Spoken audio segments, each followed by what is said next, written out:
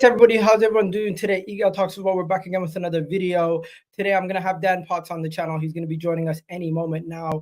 But before we go any further, I just want to say please do hit that like button, guys. Please do hit that subscribe button.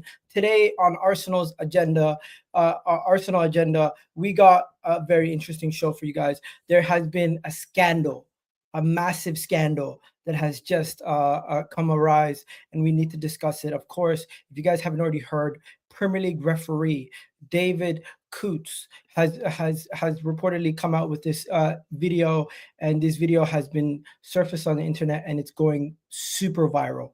Now, I just need to show you guys this video before we go any further, as this is a massive deal. What did you think of the Liverpool game earlier when you were fourth official? What did you think of the Liverpool game earlier when you were fourth official?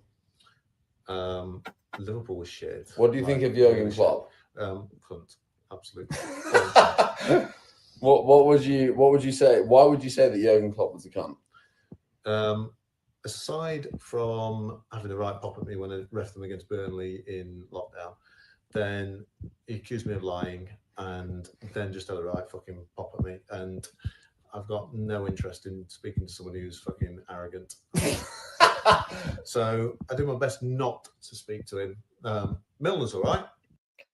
First things first, he is being extremely unprofessional. There's nothing wrong with the referee being and the managers having a word with each other during the match. And the next video is even more laughable, what he said. Right, just to be clear, that fucking last video can't go anywhere. Seriously. He's a Premier League referee. Let's not fucking ruin his career. Why would they even post that? Now, before we go any further, people are gonna say it's fake. He looks out of his mind. Why would you even record? Why would you let somebody record you saying this? Why would you even do this? First of all, the anti-Liverpool sentiment from a referee who's been reportedly spoken about as a potential Manchester United fan. Now, I will show you guys there's been stuff about him potentially being a Manchester United fan in the past. I can't seem to find it. Where is it? You know what? I'll look for it. But this right here is crazy, ladies and gentlemen. This is crazy. And to me, what's even more crazy is it looks like they might be trying to cover it up. First, they've said that they're going to suspend him immediately. They're going to do an investigation on David Coote. They're going to look into it further. This is a real situation. Now, they're saying that the video could be fake. That's what some people are coming out and saying. Reports, some people are saying that the video could be fake. So Premier League referee David Coote vehemently denies inappropriate conduct and has been insisting that the referee chief PGMOL, that the viral video, which appears to not be genuine. The PGMOL have the technology to examine it. But in the meanwhile, as they're examining it, the Premier League referee David Coote has been suspended with immediate effect, and an investigation will follow. And the PGMOL will make no further comments on the proceedings at this moment in time. Now, until we get more information on this, we don't know what's going to happen. All I do know is I have seen posts of him. I have seen posts of him. Being a Manchester United fan. I've seen a photo of it. I'm gonna look into it. But yeah, right now this seems to be the main thing. People are saying it's not real. People are saying it's AI. People are saying this, that. We gotta wait and see. Of course, the PGMOL have tech experts, and but they can't even draw lines. These things just don't make sense to me. It don't make sense. This whole situation don't make sense. But before we go any further, I'm just gonna say this. Do you guys think it was a real video, or do you think it was a fake? Because if it's a fake, then you got to think to yourself, if it's a fake video, you got to think to yourself, some people are sick in the head if they're making deep fakes about that. But if it's real, it's pathetic that they're covering it up by trying to say, oh, it's AI. If they're trying to just say it's AI, now I guess anyone can say whatever the fuck they want and just blame it on AI.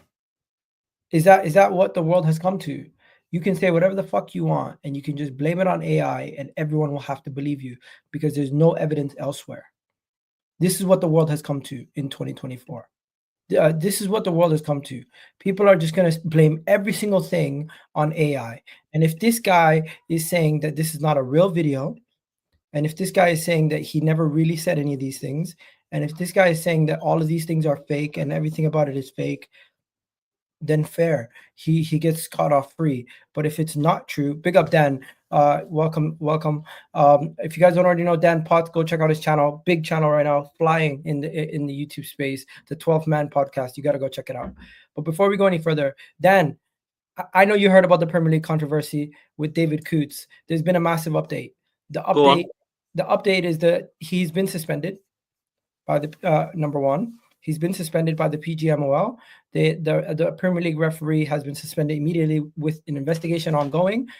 And then guess who comes to his protection? The Mirror come out and state that the Premier League referee David Coote vehemently denies inappropriate conduct and has insisted to the referees and chiefs at the PGMOL that the viral video appears to be not genuine.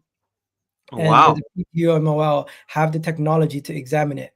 But first things first, how do they have the technology to examine it, but they don't have the technology to tell us if a goal is on or offside?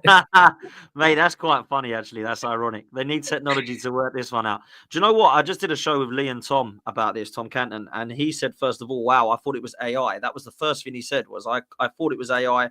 I couldn't believe what I was hearing. And it just makes me think maybe it is. And we haven't even thought about that yet. Now, if it is AI and this guy has not done that, then it is horrendous, absolutely horrendous. And obviously nothing goes back to normal and everything's fine. But it does sound like he's had a skinful with his mates and he's put that on record. And his mate has clearly fallen out with him. And now he's gone and spread the word that this has happened. It ain't good if it is true. If it is fake and it's all ridiculous, then I actually feel quite sorry for him because that's just long story short. I think if it's fake, I feel bad for the guy, obviously, right? Yeah. If it's real though, and they're using AI as a way to get out of it, how do we know? Oh wow! If he's made this up now to say that isn't actually true and this isn't something I've said, and he's lying about that, he's no. But if he's lying about it, it benefits everybody who works with him. What do you mean? If the public believe that this is an AI video and it's not actually him, right? Yeah. First of all, the video is too clean to be an AI video. Have you seen the video? I agree. The videos are too clean, and also the fact that they're this size and they're not like. What did you think of the fact that they're this size and they're not like the other size, it makes me believe that it's not AI. And the zooms in, zooms out. Yeah, it's just too much work for AI to actually get this correct. I think in a deep fake. I have to agree, but I can't sit there and say that I'm an AI genius, so I wouldn't know what they can and can't do. But yeah, it does. I didn't look at it once and think, wow, that's fake. I actually thought it was. Yeah, he's clearly had an argument with his mate who's filmed him here, and he's just gone, right, I need loads of money, otherwise I'm putting this out, and he's just put it out. They've clearly fallen out or something. I don't know. That's what I think's happened. Because otherwise, why the hell would you do that? I mean, he's an idiot if he has done this, by the way, because there's no way you can think that by all means, but never, ever, ever put it on record, because that can go anywhere. If it's in 10 days' time, 10 months' time, 10 years' time, that could go out whenever. So he's an absolute idiot for doing it if it is the case. But if it's false, then that's clever AI, man. Clever and scary. Well, PGMOL have gotten body in they basically got like social media experts analyzing it to see if it's a fake or not. I personally think they're gonna do whatever the fuck they can to get this controversy under wraps and just try to like bury it. So if people believe AI is the thing, I think that's a get out of jail free card for them if in the case that it is real, and we will never know the truth. I think they're gonna lie to us until the day this story dies. I agree. I think it's a madness, if I'm honest. I mean, the whole thing is a madness. If this is actually, I mean, to me, what is the bad bit? If this, just say this is true and this isn't AI and it is true, it's absolutely fine to say you're not a fan of somebody, right? 100%. To abuse, you know, he could have said, like, what do you think of Jurgen Klopp? Not a fan, but, you know, I respect all football managers. Not a fan of him, though. There's nothing wrong with saying that. When he's gone in on him and he started calling him "see you next Tuesdays" and he's called him, I believe he's called him a German one. Liverpool shit. Liverpool shit, yeah, all this kind of stuff. He's just totally blown it, if I'm For honest. anyone who hasn't heard it, let me just play it. Yeah, go on. That fucking last video. Right. This is stupid also. That last video was... why would you record yourself saying that? That's an admission of guilt. Yeah, stupid. Where is it? Let me play it. Liverpool was shit. What do you think of Jurgen Klopp? Cunt. What did you think of the Liverpool game earlier when you were fourth official? Liverpool was shit. What do you think of Jurgen Klopp? Cunt. Absolutely. And his reasoning of calling him a cunt also, I think, is kind of bullshit. He's like, oh, he had a pop at me, and he always, well, he said he's always tough with me. Personally, you can have your opinion, but I just don't think. I think this is real, and I do think there is corruption in the Premier League, and I do think referees have biases. And this right here makes everything I've been saying about how Arsenal are being refereed to a certain degree. I agree with it. I think Premier League referees are given a mandate and they're told to look out for certain things for certain teams. And that's why certain teams are refereed differently to other teams.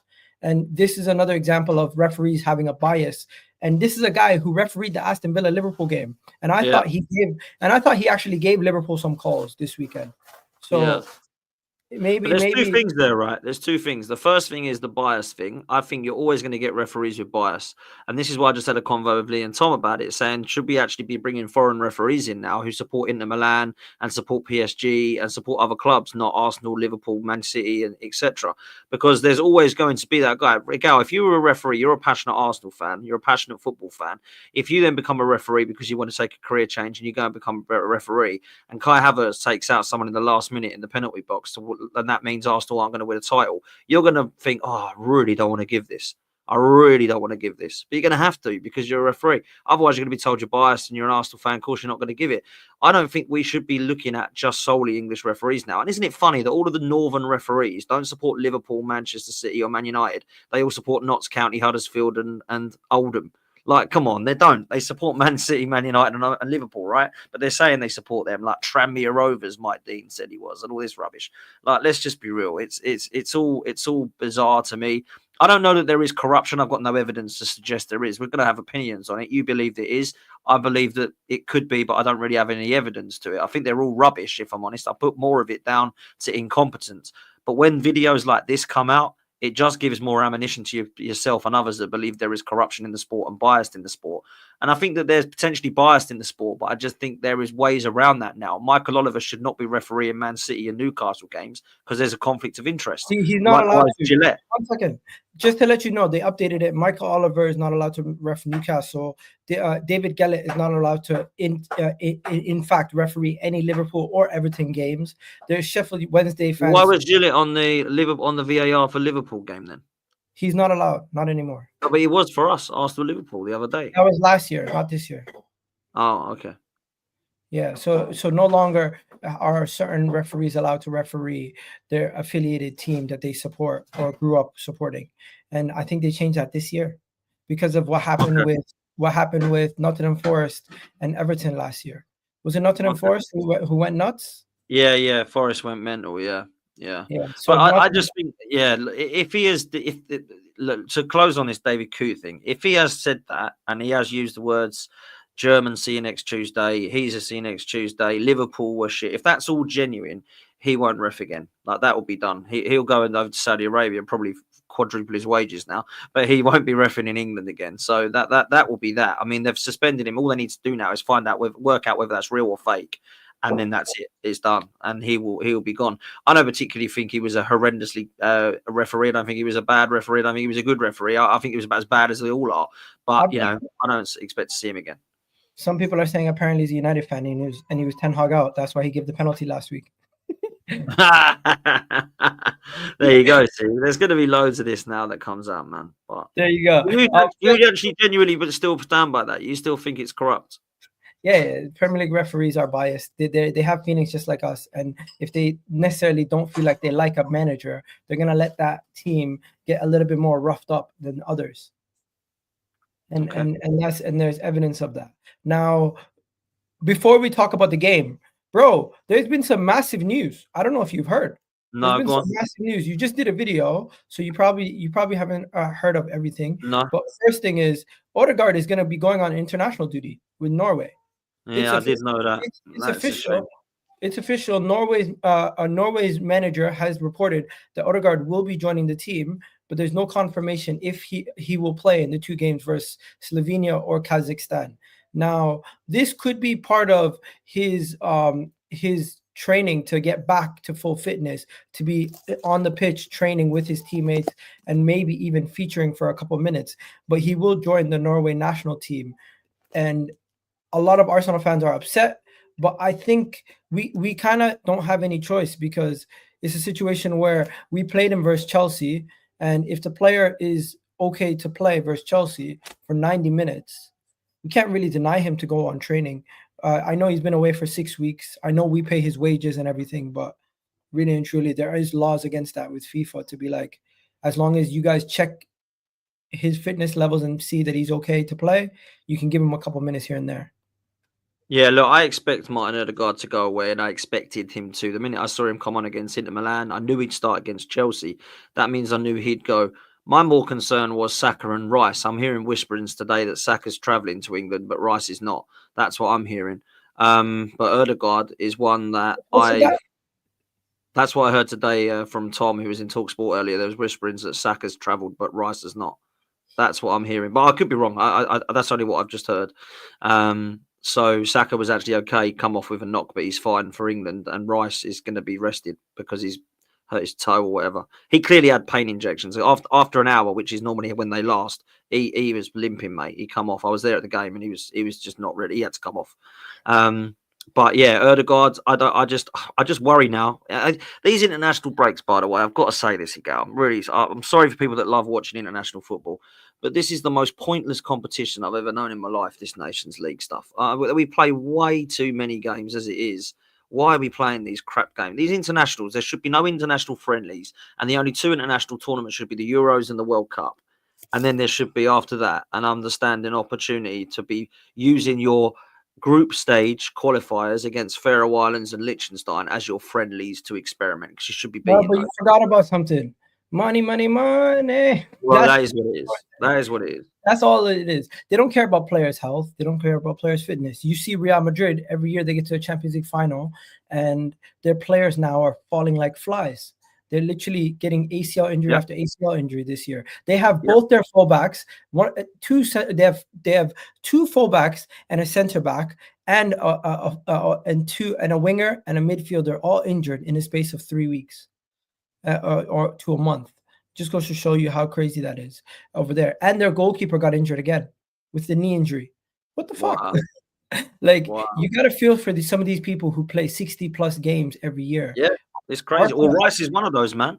And look at Rice. He's battered. He needs a break. I mean, I didn't see this news here you're about to pull up.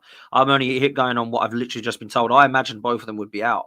But I'm hearing after the game, though, Dan. It doesn't look good because 2 players that are important tell you that they cannot continue. So it's obvious it isn't good news. I don't expect them to be fit for international break or duty, because if they were, they wouldn't have come off.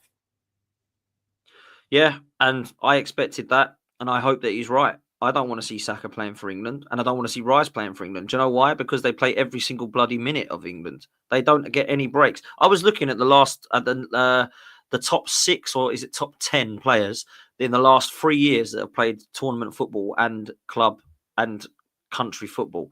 Rice is first, alongside Harry Kane, I think it was. Saka is in 3rd. Bellingham is in 4th, and there's another one that's joined. I think it might be Jordan Pickford, but obviously the goalkeeper you'd expect to be up there. Everybody else has got like ins and outs. And it's bloody 2 of our players, 2 of our most important players in Rice and Saka. Saliba was up there as well, by the way, because he played pretty much every minute of France and Arsenal in the last couple of years. We need to rest these guys now, and he needs to be more ruthless. I know he can't do anything about the Ødegaard situation because he's played and he's fit and he's just come back. So Norway have got to call him up because they believe he's fit. Because you've got to remember, these managers of these countries have got to play their best sides because they're under pressure to win games. But there's got to be more of a ruthlessness from some of the managers. Fergie was the best of it. You ain't going. Tell him you're not well. You ain't going. Tell him you've pulled sank. Like, we've got to start using dark arts there. We've got to go and win a fucking league somehow. We're 9 points behind. I don't want Ødegaard playing at the weekend or midweek. I don't want Saka now going out and going, oh, yeah, I'm not really that fit, but I'm crocked again with England. Like we've lost now Saka and Ødegaard to an international break. I do not want to lose a third, man. It's just You know what? We're gonna talk about Saka and Saliba and everything. You know what? Maybe this is a good time to talk about Saliba. While we're talking about injuries, everyone's now saying Saliba to Madrid is gonna happen even more now if Arsenal don't win this league. That is a worry. And also another worry is we have 170 people and you guys aren't hitting the likes. Please do hit the likes, people. It is absolutely free. It helps the channel out massively. And of course, Dan's here, so you guys always go show some love to my boy Dan. But yeah, I've seen a Liverpool fan basically saying, forget about Trent going or Van Dijk going. If Arsenal lose Saliba, it's just as bad because right now he's one of the key defenders. Defensively, we haven't been as bad. Offensively, we've been struggling. If we lose Saliba, that could be a massive blow for our future. 100%. And look, I think Saliba will end up leaving Arsenal at some stage. I don't think it'll be this summer. I think it will be in his mid-20s. I think he'll get to 26, 27, look back and think, what have I won at Arsenal? What are they winning? In that time, Real Madrid are going to have won trophies, so he's going to want to go. And let's be real, anyone wants to go to Real Madrid anyway. But I will say to those Liverpool fans, I think there's more chance of Trent leaving this summer than Saliba. I might have egg on my face, but I do think that Trent's the one out of contract, and Saliba we could keep and say, look, you're not going yet, but we will let you go. But, you know, you're staying here for now. So we could do that with Saliba. Look, he's phenomenal. I honestly think he's one of the best centre-backs in the world. I really do, not just the league. I don't know many other centre-backs doing what he's doing. I certainly don't know any centre-back in history doing what he's doing at his age, because Rio weren't this good at his age, even by his own standards, he said it. I didn't see Tony Adams at 21, but he definitely was not as good as Saliba was. Neither was Sol Campbell. And they're two of the best that we've had, right? So, yeah, if Saliba goes Real Madrid, it's a big blow. But I do believe that he'll stay for another couple of seasons. My problem is I really need to be looking at, you know, like long term. And it's going to be a worry, to be fair. People, Dan, when you getting Egal on a show with Northside and Vegan again? I do. It happens most times at the moment. Most Tuesdays at the moment. Tomorrow. Yeah, maybe tomorrow night. Before we get into all the other stuff about the Chelsea game, maybe we'll save that for the second half of the show.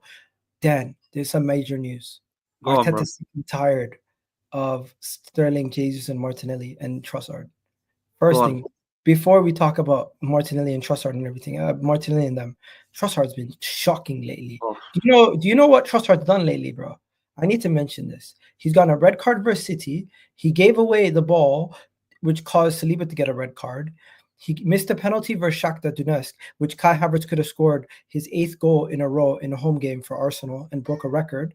He then also had a terrible performance versus Liverpool, Inter, and then comes off the bench and has a stinker versus Chelsea. And in the final kick of the game, he goes for the ball and misses it, and it takes the ball out of Kai Havertz's lane to shoot it for what would have been a tap-in goal to win the game in the 95th minute. He has been absolutely shocking, Leandro Trossard. And is there any saving him at this point? Is he just one of those players we have to replace in the next window? I like Trossard. I do. I like Trossard. But I think this will be his last season in an Arsenal shirt. I think we'll have a clear out. Because Trossard, I don't think, is happy. I think he wants to play every game. That's why he celebrated the way he did when he scored against Villa when he came on. He doesn't want to accept that he's an Ole Gunnar Solskjaer super sub for Arsenal. He's one of the best 12th man that you can bring on, even though at late he's not even showing that he's good at that. And I think he's had enough. I think he's had enough. I don't know if Arteta's had enough of the rumours that you're hearing, but I think if he's had enough of Trossard, that's not good news for him. I don't know that Trossard wants to be this super sub. As for Sterling and Jesus, layers. I'm done with both of them. That was a disgrace yesterday from Jesus coming on. One, he was offside when the only good thing he did was cross the ball, but he was offside because his run was terrible. And everything else he did was either lose the ball or run into players. As for Sterling, look, I know it's harsh because he didn't play yesterday and couldn't, but he has been nothing short of an absolute disaster, in my opinion. What the hell is this? They went from poster. That is one of my favourite away kits. They went from being poster boys to now being like, we're questioning their validity in the team. But Arteta, basically, there's an article that came out from an ex-scout saying Arteta isn't happy with the makeup of the team and in the position of wingers. And there has been questions over Sterling, Jesus, Martinelli, and he views them all as squad players. Now, going forward, he says that Arsenal want more more improvements in that position in the transfer market. The scouts and the recruitment team have already been looking for a player. And then this is the key part: a real superstar, game-changing player is what they're looking for. Now, that is what I want to hear. That is what I want to hear. 100%. And it ain't just one that we need, it's two those positions. Because I said we were too short in the summer window. I said that it was like an Eze and Gyökeres short of being a half-decent window, but everyone else gave it a 7 or an 8 out of 10. Not everyone, but a lot of people did, and I didn't quite get why. But for me, if you think about it, Gal, you think back, yeah, this left wing position is definitely one that he wanted and has wanted for at least 2 or 3 years now. Because we wanted Mudryk, we got Trossard. This season, just gone summer-wise, he wanted Nico Williams. I don't think Nico Williams is all that, though, anyways. No, but he wanted him. So I'm talking, and I don't think Mudryk's all that either, but he wanted that position. So he's wanting to try and upgrade on that position in his eyes. Now, Mudryk and Nico Williams might not be the upgrades on that, but clearly that's the position he wants. Now, I don't know whether it is going to be a wide man, whether it is going to be a Kudus on an Eze, or whether it's going to be Nico Williams, or it might be that it's someone completely different. If you had my way, I'd go and get Kvaratskhelia from Napoli. That's who I'd want. He is absolutely balling out, and he's been fantastic for a while. But I don't know who we're going to get, but we need somebody, because at the moment, Martinelli ain't cutting it. Trossard ain't cutting it. Sterling, that's a joke. And Jesus. Bro, I got an update on Sterling. Apparently, Arteta is not afraid to leave players out if they're not cutting the mustard. And Sterling has already not been cutting the mustard. We've already decided we're not going to renew his contract. But what a shit signing then. What a shit signing. If by November you've decided he ain't good enough, I could have told you that. What? Save your money. We got to pay this geezer 125k a week, whatever it is, for the rest of the year for no reason. And he don't want him already. Like, what a joke. Why did we get him? We might as well just not bothered, honestly. Or we might as well kept Reece. Like, or Smith Rowe. It's just ridiculous. Like, this was a bad piece of business, and everyone knows it. They're just too scared to say it. It is not a criminal offence to say we've made mistakes. Like this, I don't know what your thoughts are about the Edu thing. Do you think he's walked out because he didn't want Sterling and he just went, I'm done then? Like, what? Because there's a lot of rumours saying that Edu was. He had ambition to become a CEO. He's now. Do you think that though? Do you think that? Because for me, I believe you. I believe he's gone for a new role. Do you not think there was any fallout at all? No, I think it's simple as he was looking at Arsenal and saying, "I'm here. I'm a punching bag. Is there a petition where at least I can get more power if I'm going to be here and be one of the faces of getting the most criticism?" And he's like, they told him no. He's basically in a position where he gets all the blame, but he doesn't have all the power. So why not go into a position where you have more power? So if I said to you, who's the reason for us not getting a striker so far, you would say it's Arteta. He doesn't want one. No, I would say that the board might not have given Arteta the checkbook that he wants for the player that he wants. And so if I give you £70 million this summer, you're buying a left back and a midfielder with it, or are you getting someone up top?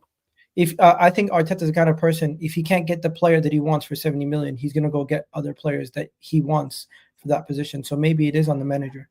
But also, the Kroenkes gave us money for Nico Williams. The money was there.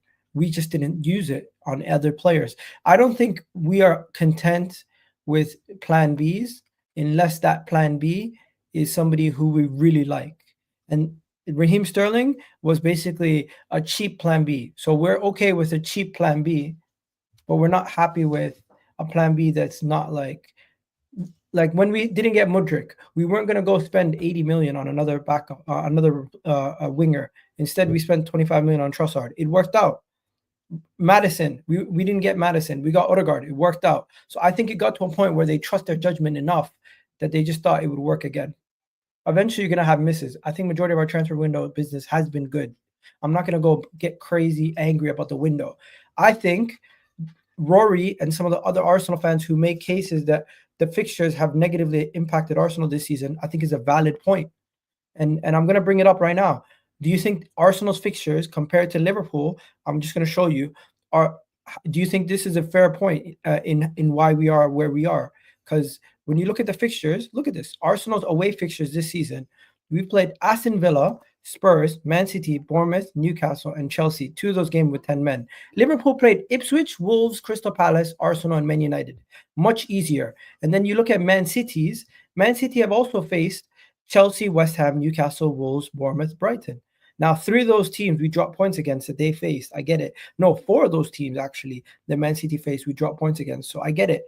Those are not easy games also. But you could arguably say we've had the toughest start to the season out of every team in the league. And you could say Liverpool have had a relatively easier one.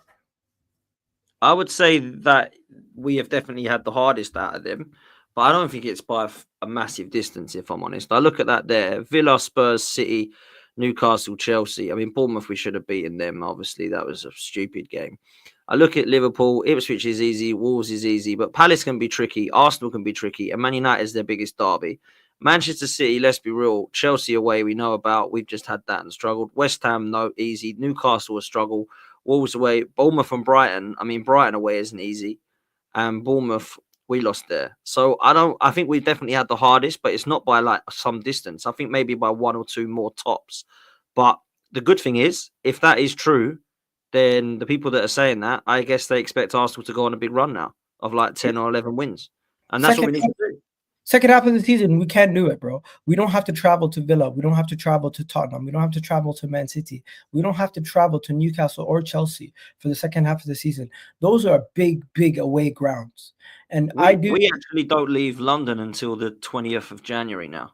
What a better way to start picking up form and picking up points, especially with some of our best players coming back. Dan, I do think there's cause for concern, and we will speak about it, I promise, in the second half of the video. But I am still not wavering. I am confident. I still believe there is the possibility of Arsenal coming back and still going on to win this league. Now, we will have to do something that is relatively unprecedented.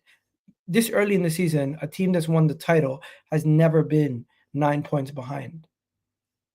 This early in the season, there's been cases 20 games in with less time to catch up, so that gives me confidence also. But after 11 games, only Man City twice, Manchester United twice, and Blackburn have overturned a 6+ deficit after 11 games in the season. Because usually when you drop 6 points off a title rival this early in the season, or 8 points, you don't win because you just aren't consistent enough.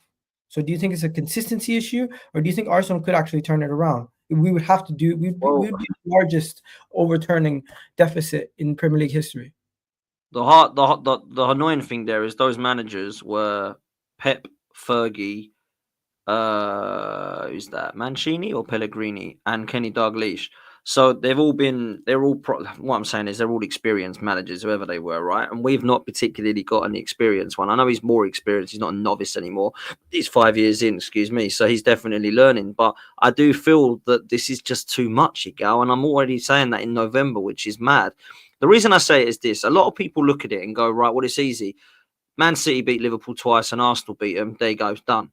But it's not as easy as that, because one, that might not happen, and two, we have to then be like spotless throughout the whole rest of the time as well. Like, it's about what Arsenal are doing now, not so much what the others are doing. Because although we need to look at them and go, where are they dropping points? I think they will, but I think we will too, because we've already proven that we've dropped.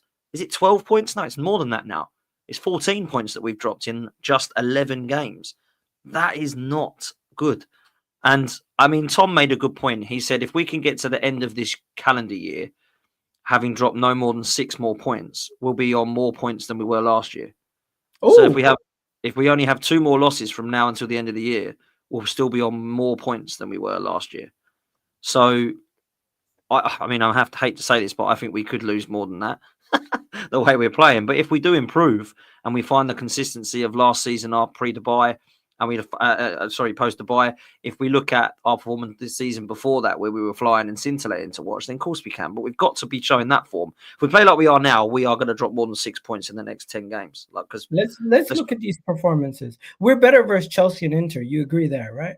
Yeah, definitely. Still not good enough, but better. Yeah. Newcastle was terrible. We're not going to talk about Preston. Liverpool game, I thought if it wasn't for the players that came off injured at the end of the game, we would have won that game. Yeah, I agree with that. I thought 45 minutes we were outstanding.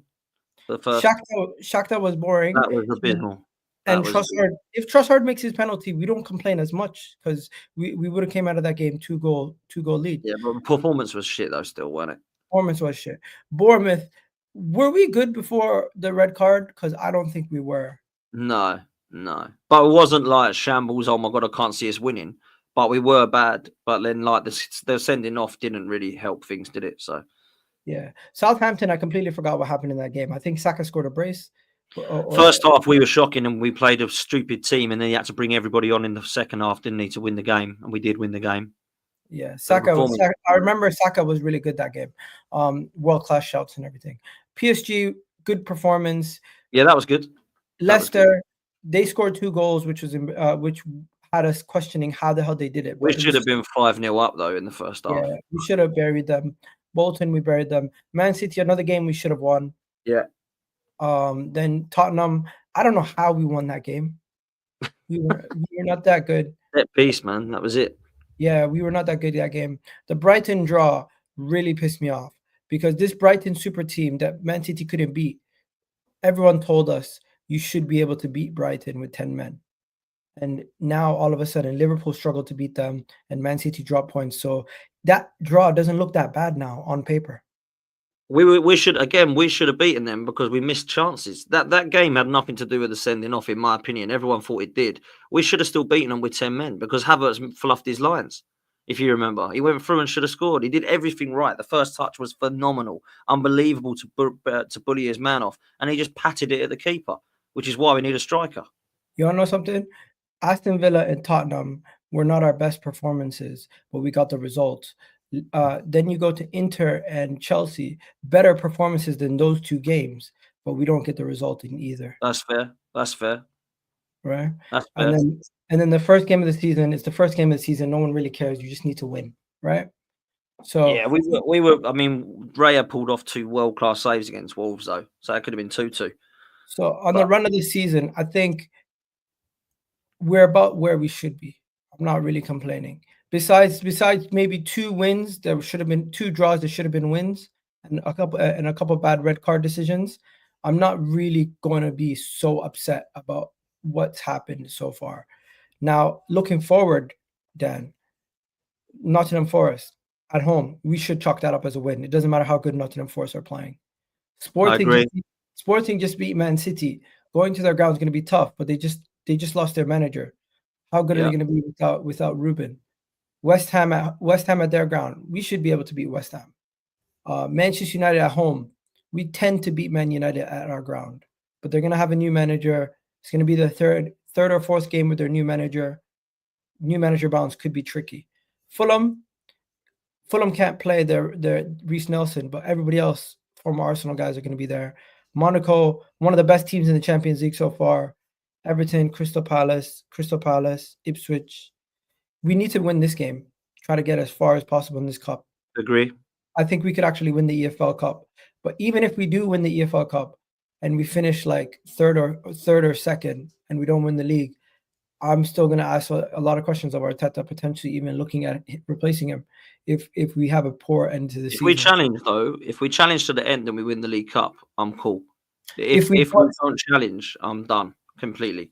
I agree. We should be able to challenge, but still, we got to take it game by game. I think come mid-December, late December, early January, we'll know more.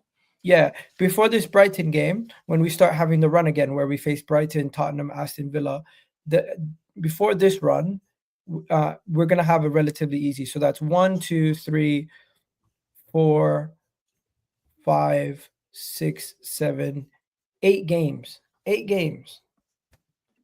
That's the thing. We get to the new year, right? And we've only dropped. That's 24 points. Yeah, there we go. Can we get 24 points? Yeah, I think we can. I think we can win all of them games if we go back to the Arsenal we know. If we play like this, I'm not confident that we will only drop a couple of games. I think we could drop 3 or 4. That's how bad we're playing in some games. The consistency is poor. When was the last time we went on a 10-game run? It was last season, right? We haven't done that so far this season. 10 games, we played 11, and we've dropped 14 points.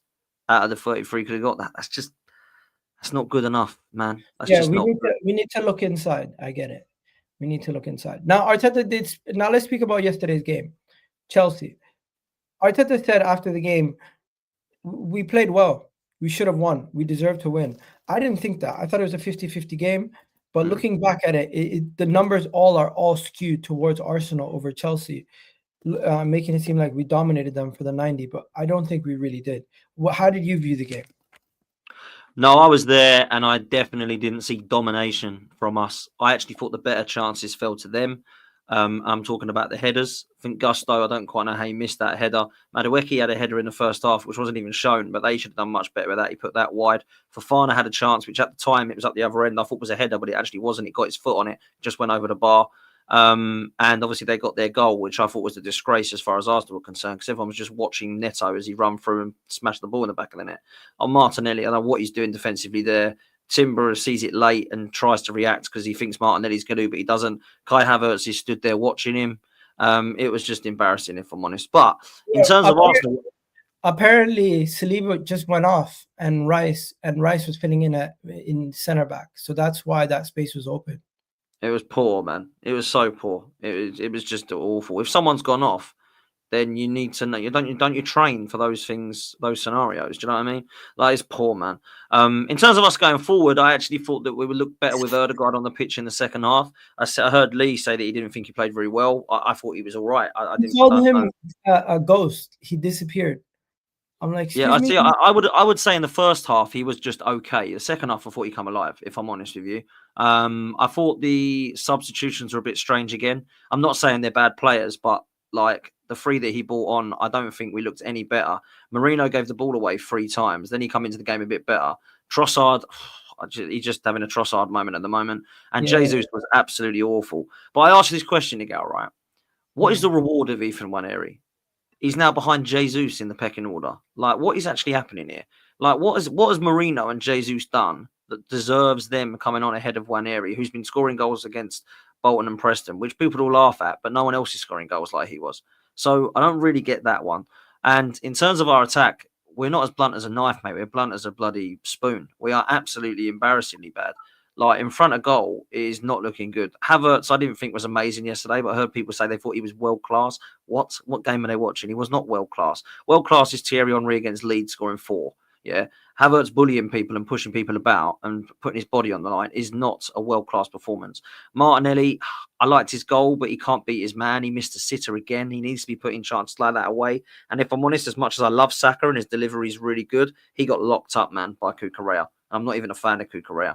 So it weren't great in attack, mate. It weren't great in attack. Thomas Partey was our best player by far. Thought again he was brilliant. I think he's been probably our best player this season, him and David Raya for me.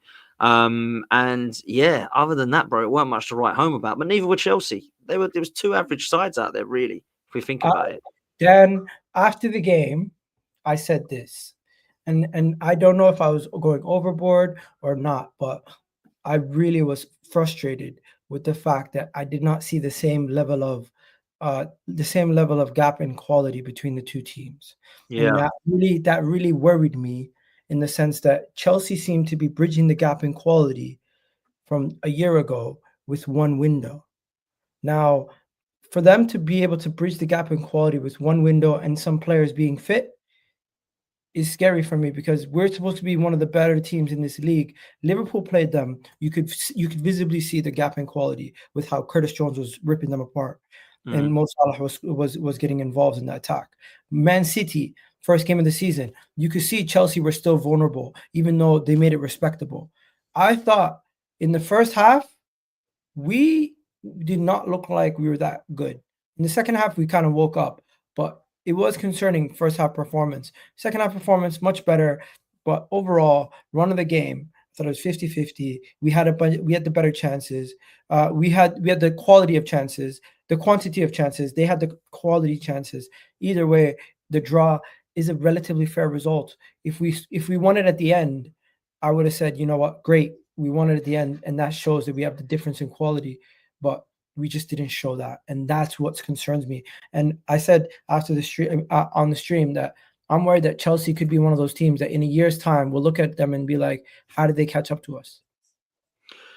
Look, Chelsea are 3 players away from challenging, and they have got to be quality players, by the way.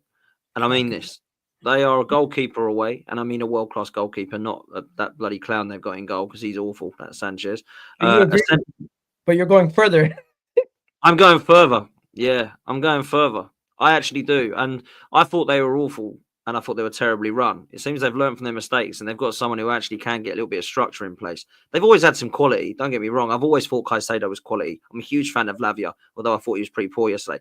Palmer is absolutely brilliant, although I thought was poor yesterday. They've got some good players. If they replace Jackson with a Gyökeres or an Isak, they go and get a world-class goalkeeper like Diego Costa. They go and get a centre-half to partner for Fofana, who isn't Colwell, who I just don't think is good enough, like Diamande. I think they've got an unbelievable chance of challenging. Gyökeres might go to Man City, bro. I hope not. And Zubimendi, I'm hearing as well. Gyökeres might go to Man City. That's the thing.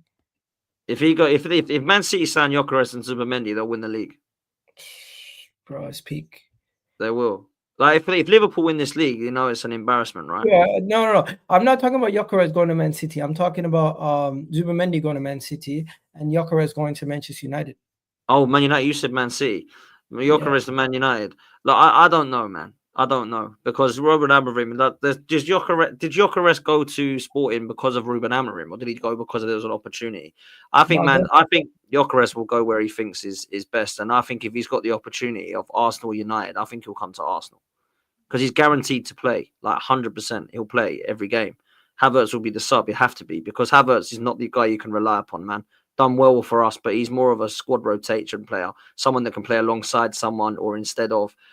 He loves dropping him into midfield half the time, so we can't play him as our number 9 the whole time, man. We need a forward. So I don't know how it's taken this long to get a centre forward better than Aubameyang, but we're still waiting. 5 years, man. Come on, he's been here. What's going on? What'd you think of the freaking? What was it?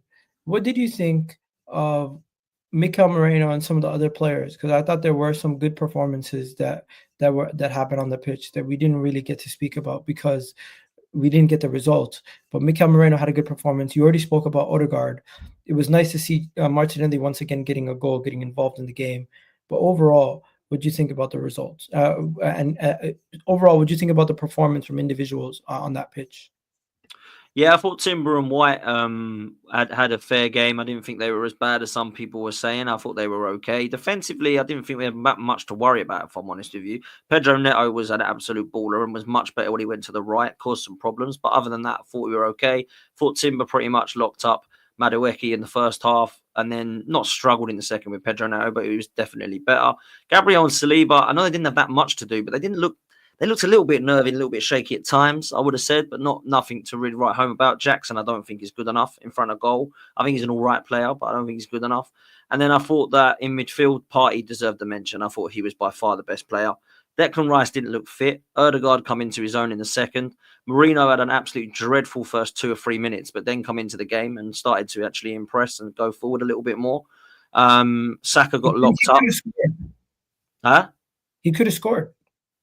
Yeah, I don't know. I looked at that again and I thought, should he have done better? It was quite hard. It was a great delivery, but the way he was running to the box a bit late, I don't know, maybe he could have done better. The Saliba chance right at the end, the Saliba cross right at the end for the chance. A lot of people are saying that would have been offside, Saliba. I don't know. I haven't seen it again like properly with the lines, but they reckon that would have definitely been offside. So the moments at the end where Arteta's on the floor wouldn't have actually counted if it would have gone in because apparently it was offside. Havertz, I've mentioned, didn't think he was amazing. Martinelli scored, but didn't think he was amazing. So there wasn't really anybody that stood out for me in an Arsenal shirt other than potentially Thomas Partey. But I don't know about you. I don't know what you thought. Did you think that? Or I thought Mikel Moreno was good. I thought Thomas Partey was good. I thought Ben White was probably the best out of the back line. Yeah, I agree. And then Saka was locked up.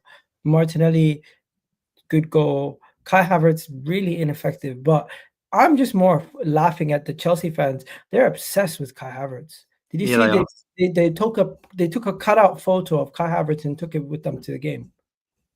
What the hell? Let me show you this. You're gonna laugh. But they hate the guy. They think he's rubbish. So why do they care where he's gone? They took a cutout photo of Kai Havertz crying. Oh my God, that's Lewis. Yeah. No way.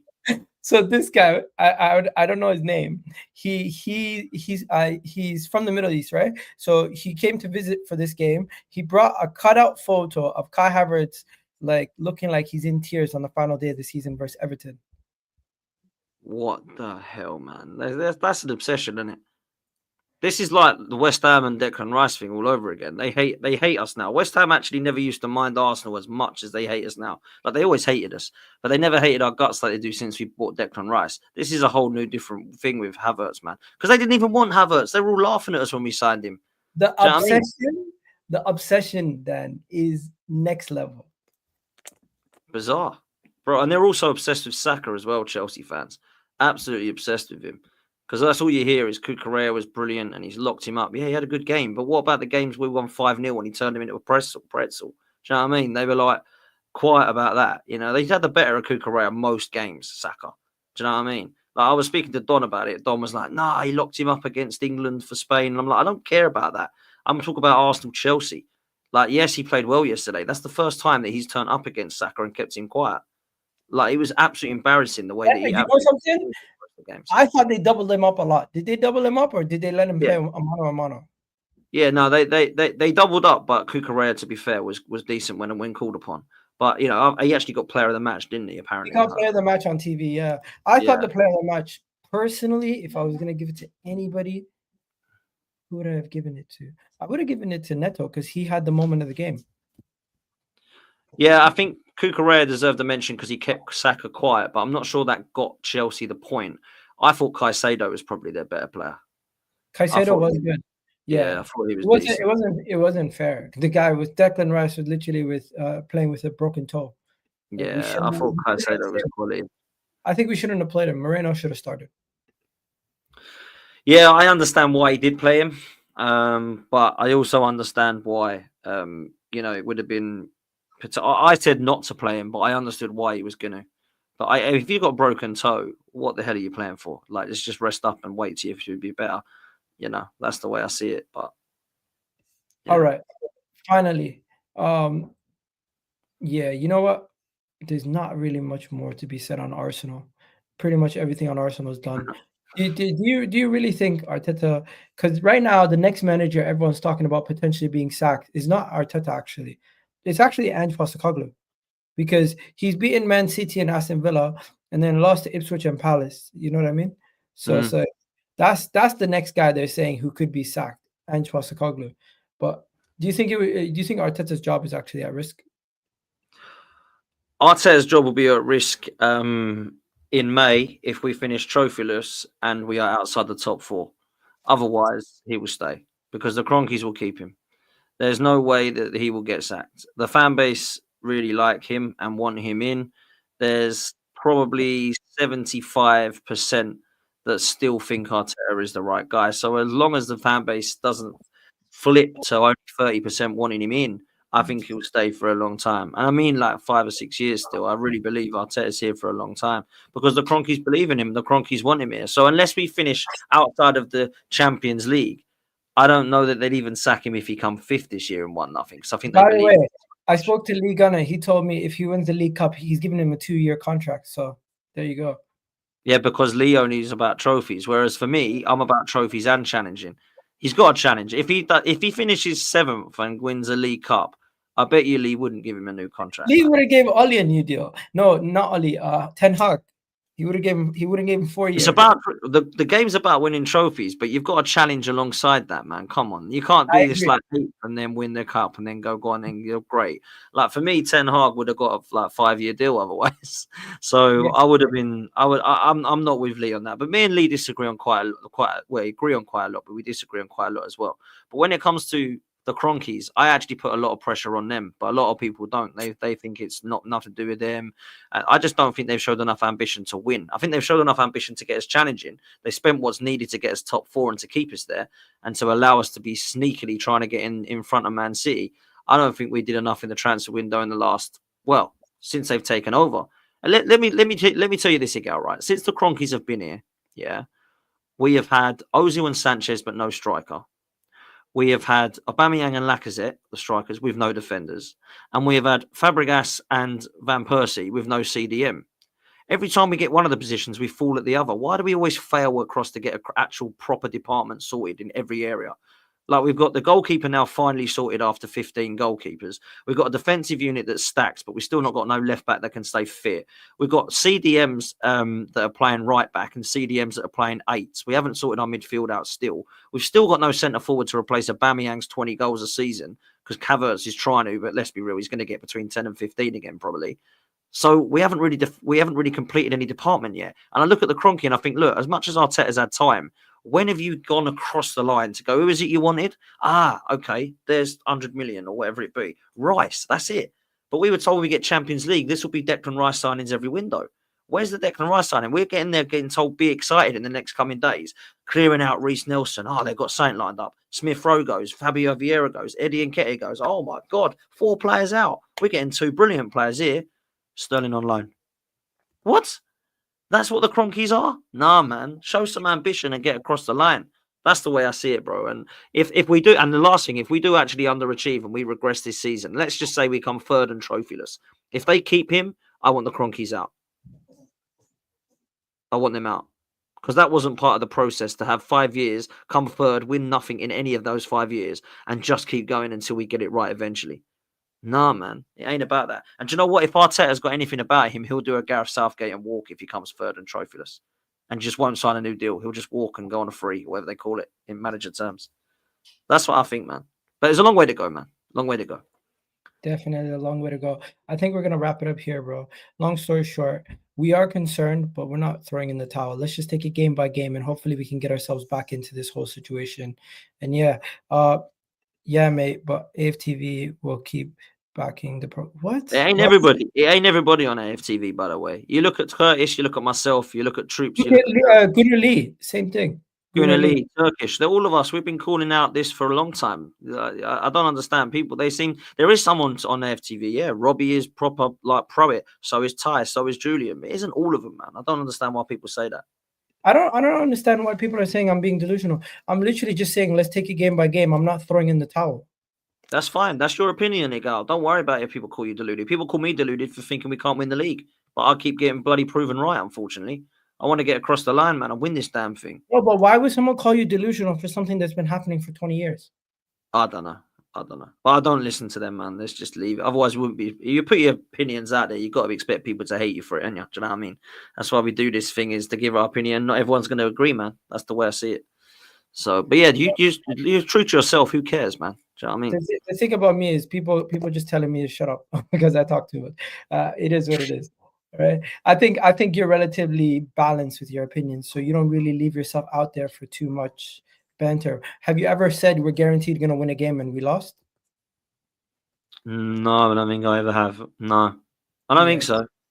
You see, I'm writing too many checks. Yeah, you need to be more not absolutes. You need to. But listen, it's fine to have chess. There's a difference. If you say we're absolutely guaranteed to win the Champions League, I'd say, wow, that's bold. But if you said we're absolutely guaranteed to beat Crawley in the next round of the FA Cup, I'd say, yeah, that's fair. Hey, one of the guys on my show, he's a Tottenham fan. He said they're absolutely guaranteed to beat Ipswich. They couldn't. So there's no absolutes. That was so good, by the way. That was so good, man. Yeah, there's no absolutes. There's no absolutes in football. Anyways, we're going to wrap it up here. You guys have yourselves a wonderful day. Crazy day. Referees are getting suspended in the Premier League. Arsenal seem to be in the top 4 battle. Some people are saying it's Liverpool's league title to win. Ange Postecoglou might be sacked. Saka and Rice might be injured. Ødegaard's going on international duty. That's just a list of half of the stuff we spoke about today. Anyways, Dad, it's been a good show. I'll catch you tomorrow at 9 o'clock. Love, man. Peace.